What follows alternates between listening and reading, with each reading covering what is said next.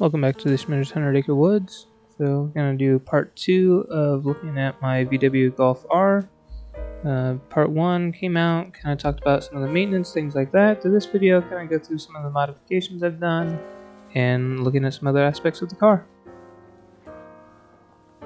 So one of the fun parts of a Golf R and GTIs is all the modifications that can be done. Whether it be hardware-based, software-based, what have you. There is a ton of stuff out there that's both aftermarket, OEM, however much or little you want to spend on it. People go crazy. Other people, kind of dabble, and I'm kind of in the in-between spot of that. So as far as modifications go, I'll just kind of start at the front, work my way through the car, and I'll get out and I'll do videos of those, and then can add that here as I talk. So starting at the front of the car, we have a Racing Line 600 intake manifold. So I have a cold air intake with the filter and the pipe that goes into the turbo. So did that for a little bit of additional power, and just a little bit nicer than the stock filter and everything that was there. It's a reusable filter and everything, so it's pretty nice. It allows more cold air into the car as well. Working your way back on the mirrors, I have the dynamic turn signals. So they're just LED lights that are in the mirrors to indicate the turn, and they're kind of dark, so they kind of are part of the mirror better, and then do the dynamic signal whenever they're on. Let's see here. And then at the back of the car, I went and got the European taillights. So the biggest thing with those is the taillights that the car came with weren't LED and don't have an amber turn signal. Personally, I think that should be a law across all U.S. vehicles. I find it much better for having the yellow indicator, the amber indicator, rather than having just your brake light flash. I think it's a better signal. Anyway, so put those in, had to do a little bit of wiring, and then that involved some coding as well to change it over for the LED, and then activating those. So those are the main one. Oh, okay, and then the other one, small one, is this has the paddle shifters on the steering wheel, and upgrade those so that they're a little bit bigger, and then match the blues that are part of the R line stuff or R car stuff. So it has blue lights on the side. The tack and everything is blue.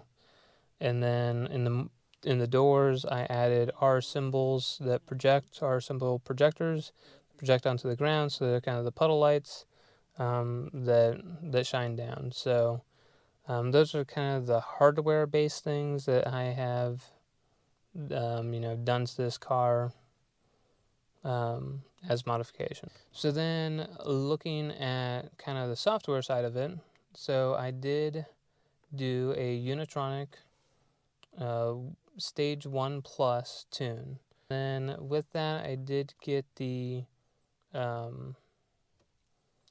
transmission tune with that, so it kind of remaps the transmission, makes it a little bit more responsive in drive, and then very responsive in sport mode.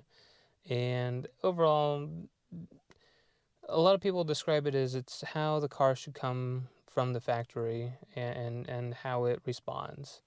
Unitronic is kind of a middle of the road one.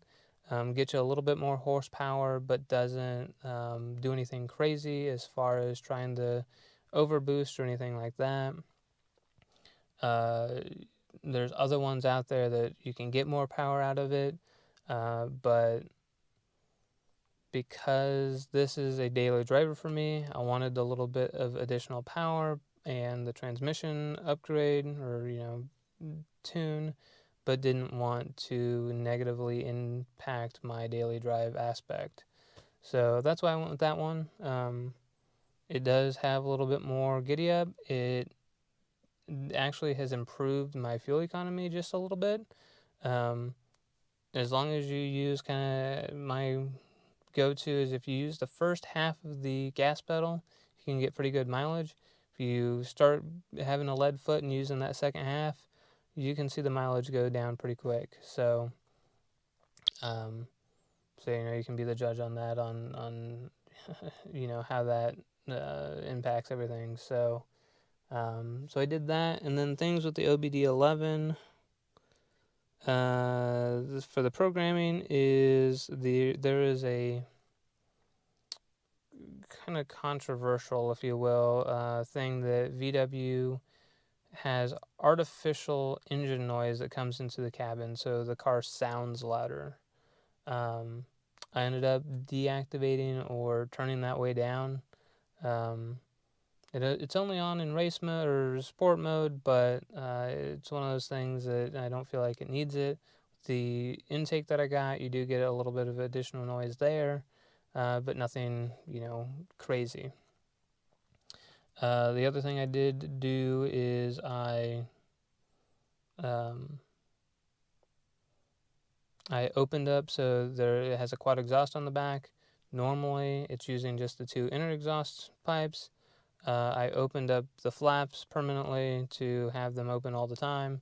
Again, that's just a programming thing, so I can change that back at any point, but figure more air moving through the car, you can get a little bit more power. So add this back to the maintenance part. So another one of the maintenance things that you have to look at is the tools that are used. So European cars in general like the Torx bits, so like T25, T30s. I prefer them. I find it as a con or a pro. I hate Phillips. They get stripped. It can be a booger. I've yet to have an issue with the T25, which is what most of this is. The other thing is obviously you have to have all metric bolts or a socket set. Again, if you're not going back and forth, everything's pretty much metric. I find that as a pro because a lot of U.S. cars, you'll go to one thing, it's SAE. You go to something else, it's metric because it's made different places. Drives me nuts. Here, everything's metric. Other thing is triple square. It is a star bit that has like 30 points. I'm not 100% sure. Anyway, if you look up a triple square bit, it's a specific bit that VW, lots of European cars, Dad's Opel GT used it. So we actually had some prior to owning the VWs, but it's just a bit that is used like whenever you do the brakes and everything, you have to have this bit. You can get them online. They do have some at the store, so it is a nice to have a set of those. I can insert a video of what those look like, just kind of give you an idea. But it is just one of those tools that you don't typically have. You don't have those if you haven't worked on other European cars. That is something that you'll want to get because it is used throughout the vehicle. Things that I've added that I find entertaining and I like.